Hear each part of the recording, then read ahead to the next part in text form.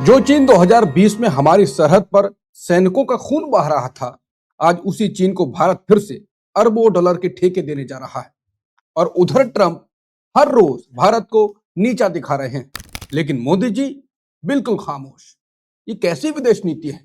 America भी नाराज, चीन पर अब भरोसा। कहीं भारत ना इधर का ना उधर का ना बन जाए। आज बात उस फैसले की जो कि होने जा रहा है, ऐसी खबर है, रॉयटर्स ने खबर दी है कि ऐसी तैयारी हो रही है जो आने वाले सालों में भारत की अर्थव्यवस्था, सुरक्षा और सियासत तीनों की दिशा बदल सकता है। सरकार 2020 में लगाए गए चीन पर प्रतिबंध हटाने जा रही है, ऐसी खबर है। यानी अब चीनी कंपनियां भारत में 700 से 750 अरब डॉलर के सरकारी ठेके ले सकेंगी। यानी जिस चीन ने 2020 में सीमा पर हमारे सैनिकों का खून बहाया था, अब हम उसी चीन के लिए रेड कारपेट बिछाने की तैयारी कर रहे हैं। लेकिन सवाल यह है कि आखिर ऐसा क्यों? एक तरफ अमेरिका में ट्रंप हर दिन भारत की बेइज्जती कर रहे हैं, नए नए खुलासे करने का दावा करते हैं, और दूसरी तरफ हम अमेरिका को जवाब देने के चक्कर में उस चीन की गोद में जाकर बैठ रहे हैं जो हमें समय समय पर छलता रहा है। क्या ये बैलेंसिंग एक्ट है या कोई बहुत बड़ी कूटनीतिक चूक है? मोदी जी आखिर करना क्या चाहते हैं? आज इसी पर होगी बेबाक चर्चा। नमस्कार, मैं हूं अंकुर, आप देख रहे हैं सत्य हिंदी का धमाकेदार शो बेबाक मुकेश, जहां सच दबाया नहीं जाता, सामने लाया जाता है।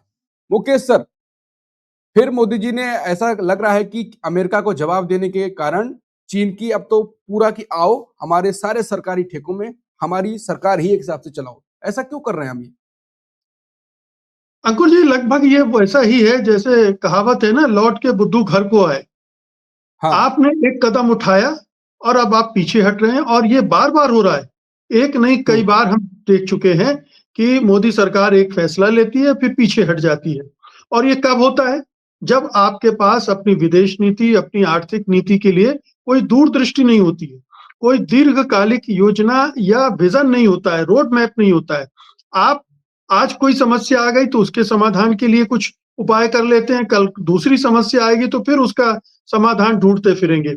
तो एक लॉन्ग टर्म की योजना अगर किसी के पास नहीं होती है, तो एक नी जर्क रिएक्शन जिसको कहते हैं ना, कि अब क्या करें तो ये कर देते हैं, वो भारत हम्म। सरकार कर रही है।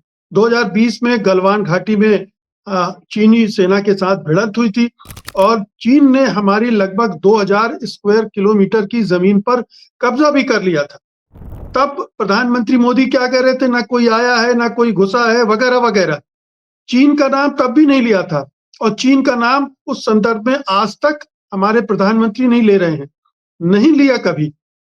उस समय अंध राष्ट्रवादियों को खुश करने के लिए आपने फटाफट चीन पर तमाम तरह के प्रतिबंध लगा दिए, जिसमें से ये प्रतिबंध भी था कि चीनी कंपनियां भारत में जो कॉन्ट्रैक्ट्स वगैरह होते हैं, जिसमें वो अपने फाइल कर सकते हैं, दावा कर सकते हैं, अपने को उपयुक्त पाते हैं, अगर उनको ठेके मिल सकते हैं, 700 से 800 बिलियन डॉलर का ये मामला होता है, तो ये उससे उनको बाहर कर दिया। अब क्या हुआ इसका नतीजा? खुद भारत सरकार के मंत्रालय मंत्री कह रहे हैं कि हमारा काम ढीला पड़ गया, हमारी जो योजनाएँ थी वो सुस्त पड़ गई, हमारी जो सप्लाई चेन थी वो गड़बड़ा गई, हमारी जो लागत थी उन योजनाओं की वो बढ़ गई। अब आपको चीनी कंपनियों की ज़रूरत पड़ रही है क्योंकि वो कुशल हैं, वो इंफ्रास्ट्रक्चर के मामले में कुशल हैं, सप्लाई चेन उनकी अच्छी है, तो अब आपको ज़रूरत पड़ गई क्योंकि ये सारी समस्याएँ पेश आ रही थी। इसका आकलन उस समय की सरकार ने नहीं किया। उस समय भी ये सोचा जा सकता था कि अगर इन कंपनियों को आप बाधित करते हैं, प्रतिबंधित करते हैं, तो हमारी अर्थव्यवस्था पर क्या असर पड़ेगा?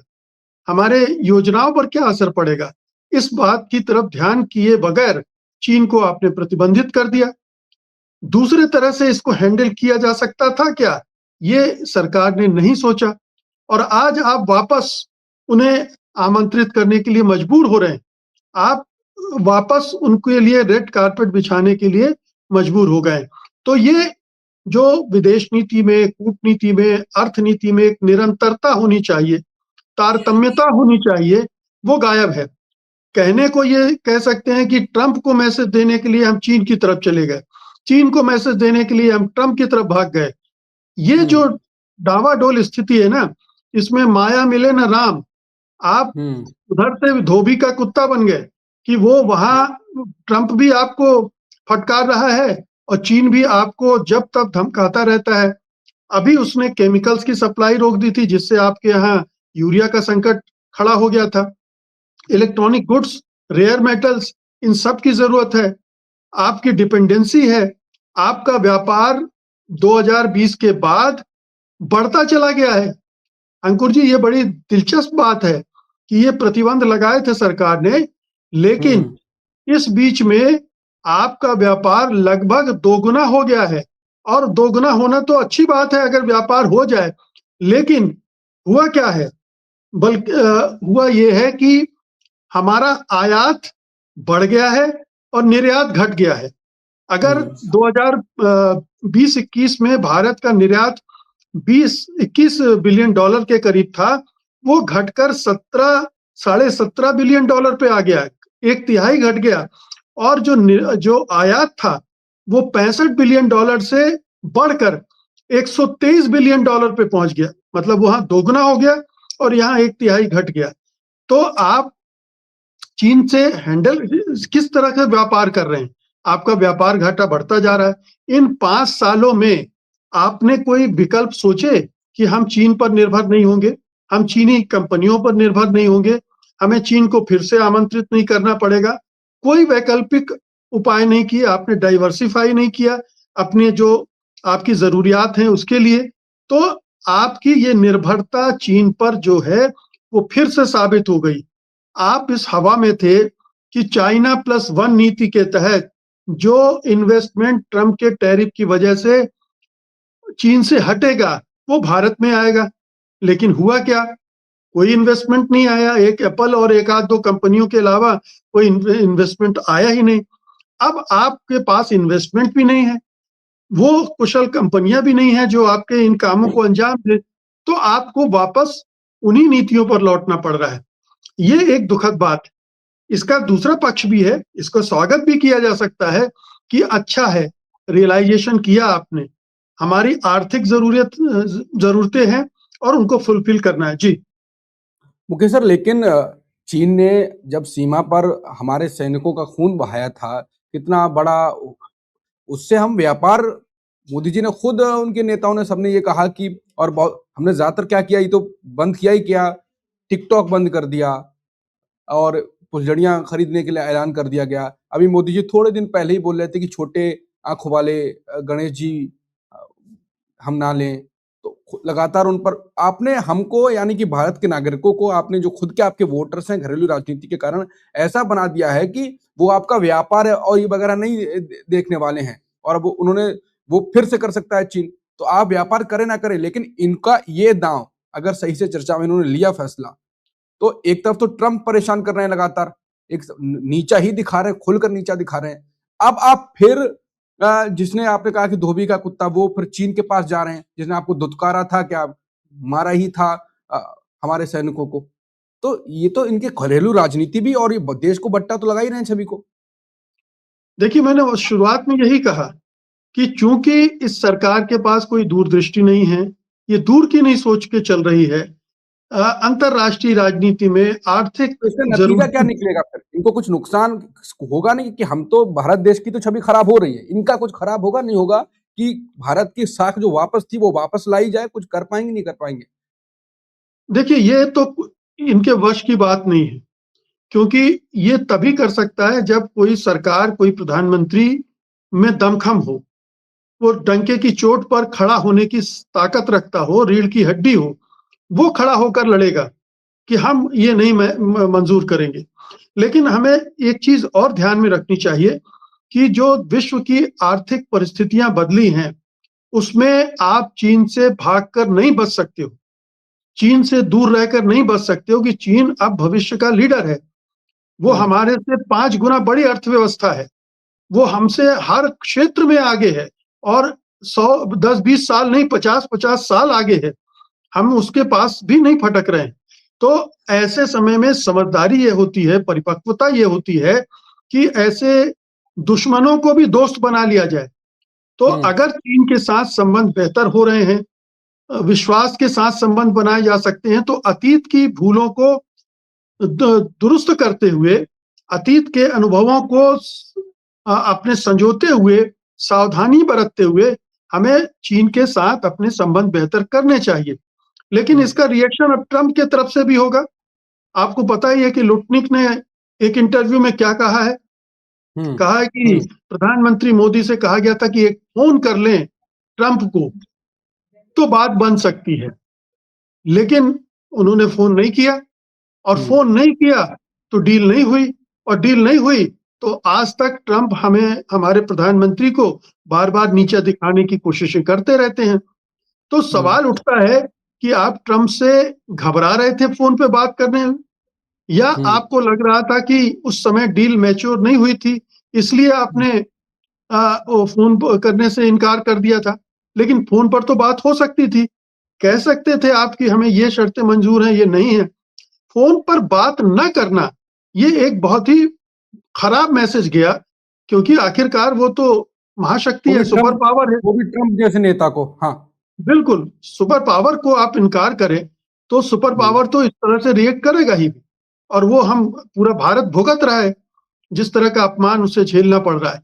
तो मसला ये है कि इस बदलती हुई दुनिया में, जैसे चीन को आप उदाहरण लें, ट्रंप के पिछले कार्यकाल में टैरिफ का मसला आया। ट्रंप ने कहा हम टैरिफ लगाएंगे सब पर। ये एक इंडिकेशन था जिसको चीन ने पकड़ लिया, और उसने अपने सारे व्यापार को डाइवर्सिफाई करना शुरू कर दिया। वो अफ्रीका में गया, वो लैटिन अमेरिका में गया, वो मिडिल ईस्ट में गया, उसने यूरोप में भी अपने लिए जगह बनाई, और अमेरिका पे निर्भरता अपनी बहुत कम कर दी। भारत ने क्या किया उसके बाद? भारत ने और भी जितने अंडे थे वो अमेरिकी बास्केट में रख दिए, और अब वो पूरी तरह से फंस गया है। तो अब उसके पास मरता क्या ना करता, वो उनके पास जा रहा है जिन पर उसे भरोसा नहीं है। वो उनके पास जा रहा है जिनके साथ उसका खूनी टकराव अभी 5 साल पहले हुआ था। तो ये मजबूरी इस सरकार की वजह से आई है। लेकिन ये व्यावहारिकता का भी तकाजा है कि आपको अब चीन से अपने रिश्ते बेहतर बनाने पड़ेंगे, और शायद ये कोशिश पिछले 1 डेढ़ साल से चल रही है, खासतौर से 6-8 महीने में काफी, जो जयशंकर गए, फिर भारत प्रधानमंत्री गए, उसके बाद से ये हुआ है कि हम डिसएंगेजमेंट हुआ है कई क्षेत्रों में, और एक विश्वास कायम करने की बात हो रही है। जी, आप तो ये मानेंगे कि मोदी बहुत खतरनाक खेल खेल रहे हैं चीन और अमेरिका के बीच में फंसकर। खतरनाक खेल है, बहुत खतरनाक खेल है, क्योंकि आप क्वाड के मेंबर हैं, जिसमें अमेरिका, कनाडा, ऑस्ट्रेलिया और जापान है। आप एक तरफ क्वाड के मेंबर हैं, और दूसरी तरफ चीन और रूस के साथ आप अपने संबंध बेहतर बना कर रहे हैं। ये ट्रंप को बिल्कुल पसंद नहीं आएगा। जिस दिन प्रतिबंध हटेंगे, ट्रंप को सबसे खराब लगेगा, क्योंकि ट्रंप चीन को आर्थिक और रणनीतिक, सामरिक दोनों दृष्टि से बड़ी चुनौती मानते हैं, और वो ये मान के चल रहे हैं कि भारत चीन के खिलाफ उनका मोहरा बनेगा। अब अगर भारत चीन के साथ जाता हुआ दिखेगा, तो उनके जैसा एक, मैं कहूंगा, विक्षिप्त किस्म का नेता और भड़केगा। वो और दूसरे तरह के जो प्रतिशोधात्मक उपाय हैं, हथकंडे हैं, वो आजमा सकते हैं, कुछ और भी वो कर सकते हैं। तो ये हमारी जो विदेश नीति है, जिसमें एक संतुलन होना चाहिए था, एक मैच्योरिटी होनी चाहिए थी, वो नदारत है, और जिसकी वजह से भारत एक सैंडविच हो रहा है चीन और अमेरिका के बीच में। भारत सरकार तय नहीं कर पा रही है कि हम इधर जाएं या उधर जाएं, या बीच में रहें। उधर से दबाव पड़ता तो इधर चले जाते हैं, इधर से दबाव पड़ता तो उधर खिसक जाते हैं। ये स्थिति बहुत ही बुरी होती है किसी भी देश के लिए। इस समय अगर प्रधानमंत्री मोदी थोड़ा तन कर खड़े हो सकते, तो एक मैसेज दिया जा सकता था ट्रंप को। और ट्रंप, ये लोग भी मानते हैं कि ट्रंप को अगर आप तन कर खड़े होकर बात करोगे तो वो आपका सम्मान करेगा, अगर आप झुकोगे तो वो झुकाता चला जाएगा, और यही हो रहा है। आप झुकते चले जा रहे हो, वो झुकाता चला जा रहा है। बिल्कुल, ऐसा ना जरूरत पड़े कि आप रेंगने लगे। कुल मिलाकर बात वही है कि मोदी अभी जो विदेश नीति अपना रहे हैं कि इधर जा रहे हैं फिर उधर जा रहे हैं, वो दो, तो ना भारत के काम आ रही है ना खुद की उनकी सरकार की, वो भी खुद फंसे हुए हैं। कुल मिलाकर जो मुकेश जी ने कहा कि दृष्टिकोण ही नहीं है, तो फिर जो समझ आया वो कर दिया। कुल मिलाकर अब देखते हैं कि इस खतरनाक खेल में, क्योंकि ट्रम्प तो है ही मूडी एक नेता, वो कुछ भी कर सकते हैं। उधर चीन के पास आप जाए, जो पहले से खतरनाक एक देश रहा है हमारे पड़ोस में।